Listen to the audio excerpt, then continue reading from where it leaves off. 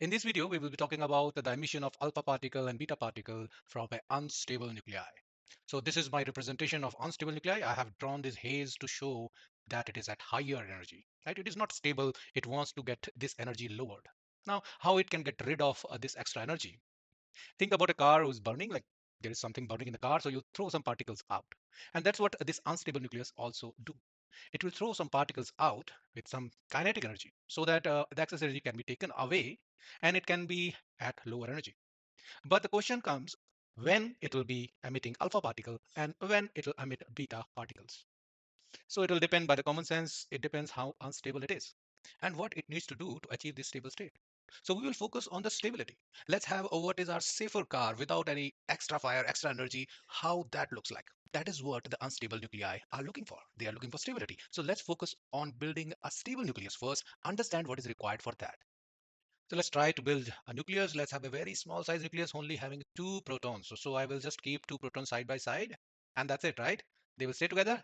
No, they will repel each other because they'll be having a Coulombic force of repulsion. Positive charges, like charges repel each other. So my nucleus is not stable yet. So how we say in the nucleus they are staying together? There must be some other force which is countering this Coulombic force of repulsion. And that is what the nuclear force is. This force can act between protons and protons too. So this is the binding force working as a velcro or a glue to bind these protons together. And in result, it is countering this. If you see there is a war going on between Coulombic force of repulsion, which is trying to disintegrate, to break my nucleus, and here is nuclear force of help, which is helping to bind it together. But these force between proton and proton, this nuclear force is not enough. It will lose the battle. So that's why the nature introduces us with more particles called neutrons. So they are neutral. So they are not becoming the problem of positive charge repulsion. They don't take part in that. But they can exert nuclear force in between. So let me have one more neutron here. And here is the nuclear force between the neutron and proton too. And remember, this is between all nucleons. The nuclear force will act between the neutron and neutron too. So now joining together, acting these forces can counter this Coulombic force of repulsion. And that's how my nucleus becomes stable. It is having two protons and two neutrons. Can you guess what is that? That is our helium 4, right? Helium 4. What it is having, this below here is atomic number, which is represented by Z, and it is giving us number of protons. So there are two. And here is atomic mass unit at the top, which is just a mix of neutrons and protons. It is number of nucleons, so it is 4. So the total number, two neutron, two protons, and that's what is written here. Now, we have seen a stable nucleus. We have built one. Can we learn something from here? Yes, for the stable nuclei, there should be some proportion, some ideal proportion we should have. Two proton and two neutrons, and they will be ideal. They will sit together very comfortably. They'll be very stable. Now, if we want to just do some math and understand that, we can understand like this. Let's see how many neutrons and protons this nucleus has. And we can do that for every nuclei which we'll be looking for. We can analyze it like this. And now can I divide this? Okay, and we call this ratio a special ratio. We call it n by z ratio. So n by z ratio of helium is 1, right? 2 divided by 2, it will cut off, so we'll get 1. So can I say that the ratio should be equal to 1 if you want to have stable nuclei? No, this ratio changes, but till atomic number 20, it remains almost equal to 1. So now we know up till 20 atomic number, what is the ratio required? It almost equal to 1. What if I mess up with it? So I'll be creating more unstable nucleus. So if I add one neutron here, this is helium 5, by the way. It is not as stable as the previous configuration, right? It is getting far. We are getting far from the stable ratio. And what if I do this? Helium 6. So now you are getting the unstable nuclei. How far you are going from this ideal ratio, the more unstable you make it. And more unstable energy or the excess energy it will be having, and you will try to emit that through particles. So this is the example of helium. If you see carbon, if you see nitrogen, they are all having same number of neutrons as protons. So let's have that as a benchmark and understand the beta decay. So let's have an unstable nuclei and remember till atomic number 20, the unstable nuclei should look for this kind of a proportion of 1, or we can say it should have equal number of neutrons and protons. So let's have our unstable nuclei here. The sad nuclei is here. He's having excess energy. We will talk about that later, but let's see what is in it. So it has 6 number of protons, and this atomic mass unit, if you just subtract 6, you will get number of neutrons. So I can say it has 8. So I can line them up like this. And now if you see it as a ratio, is this ratio equal to 1? Are they equal? You will say no, it is more than 1, right? The numerator is more. So It should reduce this numerator part somehow, and it should increase this. So can it do it? Yes. In a way, can we transform this neutron to a proton? That way, our number will be 7 and 7, right? We will get this ratio, right? Exactly 1. So that's great. So let's go ahead. So let's talk about separately, talk about only one neutron. Let's say this one. So it is like somewhat here. It has no charge. Why no charge? For our intuition, what we will do, we will think of neutron made up of negative and positive charge. And that means just like this. This is just for intuition. It is wrong, completely wrong, but just for our intuition. So it's why it's neutral. I'm saying because it is having negative, positive, they are canceling each other's effect. That's why it's neutral. But now we want to improve the ratio, right? We want to get rid of neutron. So what if I get rid of this negative charge? So what will be remaining? Only the positive charge, right? So it will become like this, only positive charge. Oh, we will be able to transform it to a proton. And that's what we'll do. And what we got rid of? We got rid of negative charge, remember? And that's what will happen. We will eject an electron. And because it is ejected with a speed, we have given a special name, beta negative particle will be emitted. And if you see here, what we have done, while we ejecting negative charge, it's going from the neutron, we can say, and we are getting a new proton. So the ratio is what was required. So looking at the stable nucleus, we are getting the idea what kind of decay will happen. In this case, it happened beta negative decay. And now also understand that this was having excess energy, right? Burning car analogy, my poor analogy of burning car. So it wanted to throw some particle out and it threw this electron. It will take out some of the energy. This nucleus will be more stable. Let's summarize this with an equation. So you can write the equation like this. So the carbon we have transformed, we have created a new element. From carbon, we have made it to a nitrogen with a emission of electron. Please note that there is another particle anti neutrino, which we will discuss later. But as of now, let's think about this, that this is what is happening in beta negative decay. So let's have another example. This time we will take unstable nuclei of nitrogen 13. So this is also unstable, excess energy. It wants to throw away some particles. Let's see which decision it takes. So nitrogen 13, 7 number of protons, and 13 minus 7 is 6. So 6 number of neutrons. This is kind of a reverse which we had in the last case, right? In this case, you can clearly see here, we are getting a less number of neutrons here, right? This is proton rich. The last one was neutron rich. Now the ratio is not equal to 1. It will be lesser than 1. See, the numerator is less. It is 6 by 7. It is lesser than 1. So it will try to reach it here. How it can do? It has to improve its numerator, right? The value should be greater in the numerator so that it can come near to this configuration of 1. So what it can do? The same thing. It has a proton, right? Why don't we convert this to a neutron? And that's what it will be doing. And in the process, what kind of charge it will emit?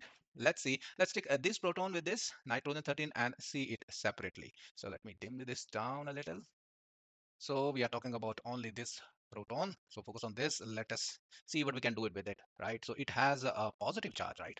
And somehow if we remove this charge, a positive charge, what will it be meaning? No charge in this case, right? Or neutron. So if we remove this charge, we'll be getting a neutron. We'll be converting a proton into a neutron. And that's what we want. We want to improve this ratio, right?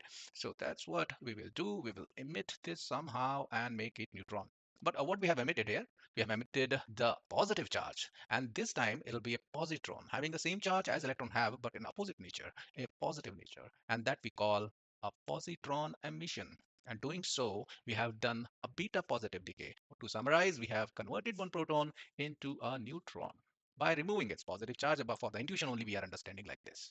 Again, the same thing, understand why it was emitting this, because this excess energy is now taken away with this positron because it is emitted with the higher kinetic energy. We can summarize this with the equation again like this. This time we have transformed nitrogen into a carbon with the beta positive particle or a positron. And again, one more particle will be emitted, which will be neutrino in this case. Okay, so we can summarize till number 20 atomic number. This will be the case, right? The unstable nucleus will try to reach here the ratio of almost same number of neutrons and protons. But these are only two examples, right? We can have more nuclei unstable and they'll be looking for that. But we need a thumb rule, some math, some guideline to look for. And we have a line. We have a line of stability of n by z graph. Let me explain. So what if I go to my periodic table and make this graph. And on the y-axis, I have number of neutrons. And on the z-axis, I have number of protons. So whatever the most stable nuclei are there, I will start mapping them. Let's have till 20 only. So what kind of line I will get? I will get the slope of 1 or a line at 45 degrees. Because in this line, if a stable nuclei is lying, it is having same number of neutrons and same number of protons. That's why it is staying in this line. Now, let's summarize what has happened in our first case of carbon 14, and in the case of nitrogen 13. See, the carbon 14 was somewhere in this region. It was not stable. It was not on this line. It was not having this proportion of 1. It was having more than that, right? It was towards the neutron axis. So it had to get rid of negative charge, electron, or beta negative decay so that it can lighten its ratio and come closer to this line of stability. In the second example, we were here. Our unstable nuclei was a proton rich. It was heavier on the denominator side, on the proton side. So it has to lighten the denominator or change its proton to a neutron. And doing so, it emitted the positive charge or the beta positive decay happened in that case. So every unstable nuclei, whatever region it is trying to reach here, closer to this line, which is stable, which is representing the most stable nuclei configurations of neutron and proton. And that gives us the predictability about the unstable nuclei, looking at them and seeing what kind of decay they will do. If they are at this side, beta negative. If they are this side, they will be emitting beta positive particles. Okay, so till 20 atomic number, we are clear what ratio or a neutron to proton composition we should look for or unstable nuclei will look for. What after this? What about medium sized nuclei to larger sized nuclei? Will the line go straight? No. In that case, the line will go like this. Why not straight? Why not keeping the same neutrons and proton ratio is not helping here in the medium-sized nuclei? Because we need more neutrons. Why? Nuclear force, remember, had a limitation. It had a limitation that it is a local force. It can only act at short ranges. But the Coulombic force, which it is countering, can act at longer distances. So when the size becomes more, we need to keep more neutrons per proton to keep them together. So or you can understand like we need more local glue, more Velcro to keep the protons together. That's why if you see after 20, this line of stability, it is turning towards, bending towards the neutron axis, right? But anyway, we got the line of stability. We are happy with it. Whatever the ratio is, if it is not 1, here it may be 1.1, here it may be 1.2, it can go 1.5. Even at this point, there'll be some ratio, say 1.2, here 1.3, 1.4. We know the composition which unstable nucleus will look for. If it is here, it will look for coming close here to this ratio. If it is this way, neutron rich it will try to come here. So clearly the distinction between these two regions is clear. If you are at this side, neutron rich side, you will emit beta negative particles shown in blue color. And if you are on the right side, say, you will be emitting beta positive particles. Why? Because as compared to the stability, the most stable nuclei, you are proton rich. And here you are neutron rich as compared to line of stability. That's why I have to throw some particles accordingly. Now, the last question comes, why I have not drawn something beyond this? This is the atomic number 83. After that, there is no stable nuclei which can occur. Now, if you are at this region, let's say you are greater than 83. So now you having so much excess energy.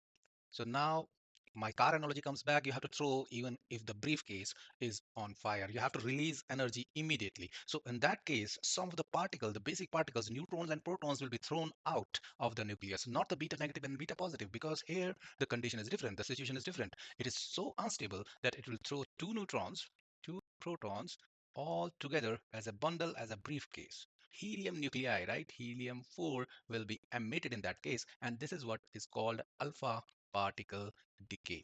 Okay. One last thing, if you are fed up with my car analogy, here is another analogy what has happened. So if you have a cupboard where you want to arrange things properly and you have different objects, when you want to arrange, you sometimes keep things here and there. That's what we have done, a neutron to proton and proton to neutron, and threw some particle out to get less energy here or more stable cupboard here, right? But what if you keep on stuffing this, right? If you keep on stuffing this, a point will come when you need to let go, when you need to let go some of the particles, and that is what the alpha particle, which is happening after atomic number 83. One note here, after emitting alpha particles, the ratio can be more or less because the objective is to get immediate release of the energy because the nucleus is so unstable. But after that, they emit particles in the later stages. So it also comes back here. So seeing the line of stability, can we say if you are here, we will be emitting beta negative, here beta positive, and if you are here in the initial stage, I have no space here, you'll be emitting alpha particles or a helium nuclei with two neutrons and two protons all together. Thank you.